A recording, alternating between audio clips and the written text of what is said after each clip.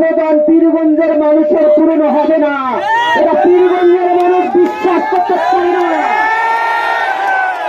এই পীরগঞ্জের সন্তান আবু সাইদ গোটা বিশ্বকে নাড়া দিয়ে পরিবর্তন করে দিয়েছে।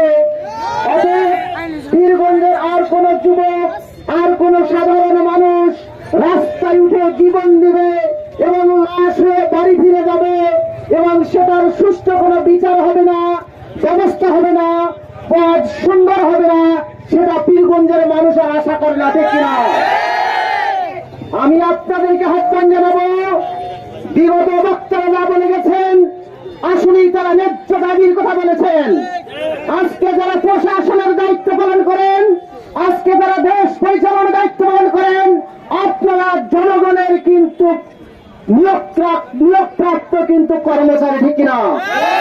অতএব ভুলে যাবেন না, আপনি যে বাড়িতে যান, আপনি যে চেয়ারে বসেন, এই বাড়ি এবং চেয়ারের সমস্ত দায় দায়িত্ব কিন্তু জনগণ নিয়েছে, ঠিক কিনা? অতএব এই জনগণের নিশ্চিত নিরাপত্তার দায়িত্ব, পথঘাটের ব্যবস্থা আপনাদেরকে নিশ্চিত করতে হবে। কিভাবে কথা বললে, কোথায় কথা বললে আমাদের এই পীরগঞ্জের জামতলার আন্ডারপাস এবং এখানে সুষ্ঠু পথ নিরাপত্তার জন্য ব্যবস্থা গ্রহণ করা যায়, এ দায়িত্ব পীরগঞ্জের প্রশাসনকে নিতে হবে, ঠিক কিনা? আমরা পীরগঞ্জের প্রশাসনকে শুধু এটাই দেখতে চাই না, আমাদের জামতলায় রাস্তায়, এই রাস্তায় একটা মানুষ পড়বে, সেই মানুষটাকে শুধু পোস্টমর্টম করে নিয়ে যা বাড়ি পৌঁছে দিয়ে আসবে, এটা আমরা দাবি চাই না, ঠিক কিনা? আমরা চাই এই বন্দরে রাস্তায় একটা মানুষ আসবে এবং সুন্দর করে রাস্তা পারাপার হবে এবং নিরাপদে বাড়ি ফিরবে, এটাই আমাদের দাবি, ঠিক কিনা? সম্মানিত উপস্থিতি, আমাদের শুধু বিগত এই গত 2 দিন আগে একই জায়গায় যে 4 জন ভাই মারা গিয়েছে, আরো 2 জন ভাই এখন আশঙ্কিত আছে, কিন্তু এটাই তো শেষ মৃত্যু নয়, ঠিক কিনা?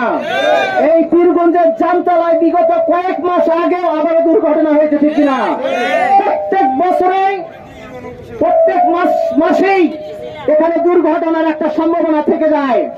আমরা আশা করব আমাদের আজকের এই যাত্রা, আজকের এই মিছিল, আজকের এই পথসভা, আজকের এই অবরোধ, আজকের এই পীরগঞ্জের জনগণ এবং বৈষম্যবিরোধী ছাত্র আন্দোলনের আয়োজনকে আমি স্বাগত জানাচ্ছি এবং পীরগঞ্জ মহাবিদ্যালয়ের পক্ষ থেকে আমি তাদেরকে অভিনন্দন জানাচ্ছি। এই আন্দোলনের জন্য শুধু পীরগঞ্জ মহাবিদ্যালয় নয়, আমরা এই 2-4টা প্রতিষ্ঠান নয়, এই রাস্তাটা পীরগঞ্জ সকল মানুষের, সকল জনগণের, ঠিক কিনা? অতএব এই জনগণের জন্যই, এই পীরগঞ্জের জন্য নয় শুধু, এই রাস্তা দিয়ে তো সারা বাংলাদেশের মানুষই চলাফেরা করে, ঠিক কিনা? আসলে